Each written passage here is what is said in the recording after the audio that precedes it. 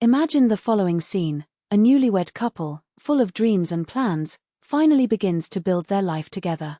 Everything seemed to be on the right track until an unexpected invitation, or rather an invasion, completely changes their routine. The mother-in-law, upon discovering her daughter-in-law's salary, decided that that money was a kind of award-winning ticket that would entitle her to unlimited privileges. With a salary of 20,000 riaris a month, my daughter, you may well play, he said without ceremony, as if it were the most natural thing in the world. And so a true resistance test began for the young husbands. Dear listeners, here is André Branco, and today we will dive into a story that will make you rethink the boundaries between family, respect, and profiteers. Get ready for a narrative that can sound familiar to many. Alice, a brilliant professional, held the post of senior analyst at a technology multinational for 3 years. His salary of 20,000 riaris a month was undoubtedly an excellent performance for the city where they lived. Her husband, Dennis, engineer in a factory, earned a little less, but together they led a comfortable life in their 2-bedroom apartment, acquired by financing shortly after the marriage. The mother-in-law, Tatiana Nikolaevna, lived alone in a small apartment in the neighboring neighborhood. At 58, recently designed as an accountant of a modest company, she received a pension of only 2,700 riaris, a value that, in fact, did not allow great luxuries. Until a month ago, everything was running within acceptable normality. Tatiana appeared sporadically, brought a cake, asked for her grandchildren, which still didn't exist, and left. But everything changed when she knew exactly how much Alice won. What were once only assumptions about a good salary became an obsession. On the same day, she called her son and vented for hours about the injustice of life. How was it possible for a girl to win so much, while she, who worked her entire life, could barely pay the bills? The first visits were still subtle. Tatiana arrived with excuses: I only came to see my son, I brought you a few things, but gradually the conversations began to revolve around a single theme: money. She complained about the price of food, the accounts that consumed half of her pension, the expensive medicines that no one else can afford. Alice, at first, even offered to help with some shopping or beads, but the mother-in-law refused with an air of superiority. I'm not asking for alms, my daughter. However, the indirects became increasingly obvious, and comparisons between her miserable pension and her daughter-in-law's astronomical salary became more frequent and uncomfortable. Dennis, in turn, pretended not to realize the growing tension. Whenever Alice tried to talk about her mother's behavior, he just shrugged. She's going through a difficult phase, it's normal. For him, the mother's complaints were just innocent outbursts of a woman who had not yet adapted to the new financial reality. But Alice knew that it went far beyond. The situation escaped control 2 weeks ago. Tatiana came to appear almost every day, always at dinner time, as if she had a ready-made food radar. I was passing by and I decided to take a look, he said with a fake smile as he settled at the table like the housewife. Alice cooked for 2, but ended up serving 3. The pantries emptied faster, the supermarket's accounts increased, but the worst was not extra expenditure, it was the lack of shame that the mother-in-law acted, as if she had the right to take advantage of the goodwill of others. Never offered help to wash the dishes or prepare the meal. On the contrary, after eating, he sat on the couch and continued his monologue about the difficulties of being retired. The apex of this comedy of bad taste happened on a Monday. Tatiana arrived earlier than usual, around 6 in the afternoon, just when Alice began to prepare dinner. This time, it didn't even bother to do rodeos. He sat at the table with the posture of a queen on his throne and let out, 20,000 riaris a month is absurd of money, my daughter. My pension cannot even pay the bills. From now on, you will support me. Alice froze, with the spoon in her hand. Never, at all times of marriage, had heard a request, or rather a requirement, so blatant. But Tatiana didn't stop there. With sickly enthusiasm, she continued, you have no idea how I live. With this change, you can't even eat right. Meanwhile, you here, with this beautiful house, full food. For you, 40 riaris make no difference, but for me is the chance to live with dignity. Dennis, as always, pretended not to hear anything, absorbed in his computer in the room. Alice understood that she could not count on her husband's support.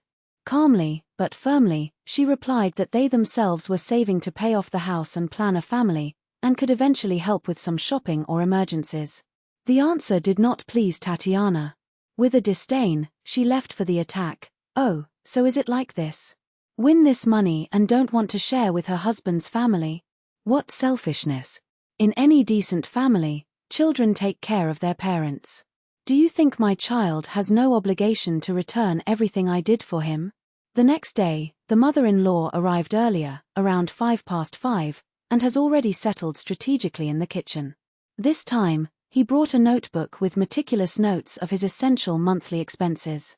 With the accuracy of an experienced accountant, she listed, "Look here, my daughter, 15,000 only in food, and look like it's real food, not these leftovers you should buy. 8,000 in medicines, because health is priceless. 5,000 in the accounts of the house. 7,000 in cosmetics and salon, because a woman has to take care. Survive and live." Alice listened to it all in silence while choking vegetables for the salad. Tatiana, increasingly excited, developed her argument. "Think about it. I raised your husband, I educate, I made him the man he is today. Now it's my turn to reap the fruits. In other families, children assume parents in old age, and no one finds it strange. Why would it be different with you?" Dennis this time didn't even care about the computer. He simply left home with the excuse of watching a game at the neighbor's house. Alice realized that he was deliberately dodging the conflict, leaving her alone to deal with the situation. But what happened on Wednesday was the fuse. Tatiana arrived at 4:30 in the afternoon, carrying a huge bag, and announced, "I brought some clothes for you to wash, my daughter. After all, if you are now going to support me, you can also take care of my things. I'm no longer younger, I don't have the strength to carry heavy bags to the laundry." It was too much. 3 days of absurd demands. 3 days of omission of the husband. 3 days feeling like a maid in his own home. Alice felt her anger boil inside her, but also crystal clear, it was time to act. With an polite smile, she invited her mother-in-law to sit in the kitchen, promising to prepare a special dinner. Tatiana, clearly satisfied, accepted, imagining that finally her daughter-in-law had understood her place. But Alice had other plans.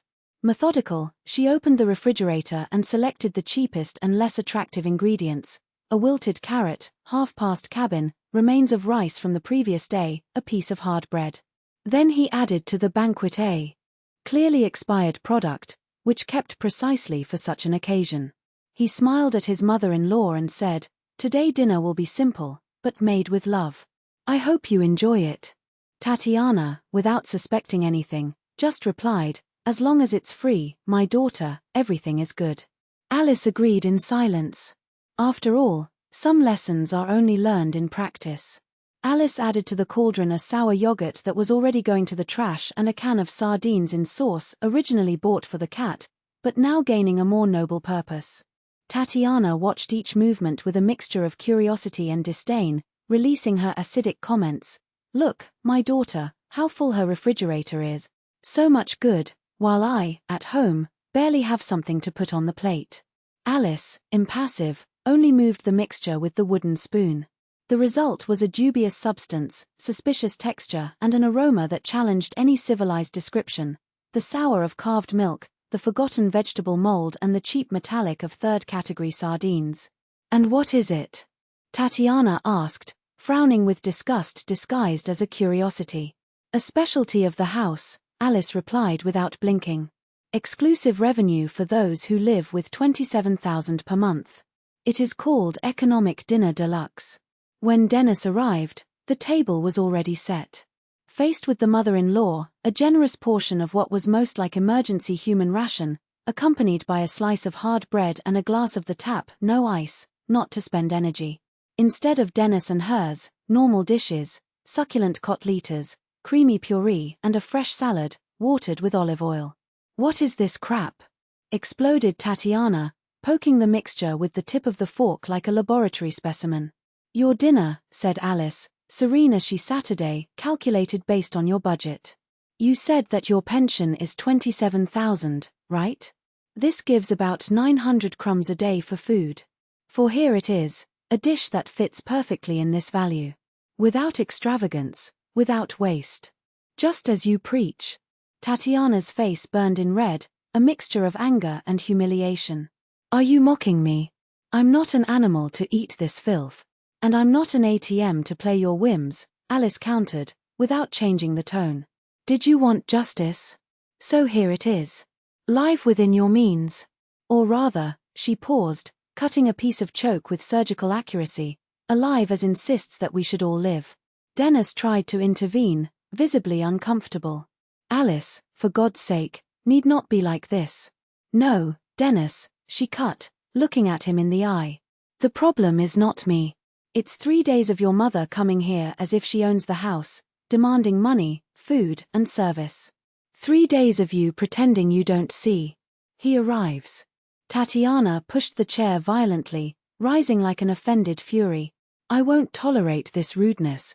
Dennis, will you allow this? Does this creature talk to your mother like this?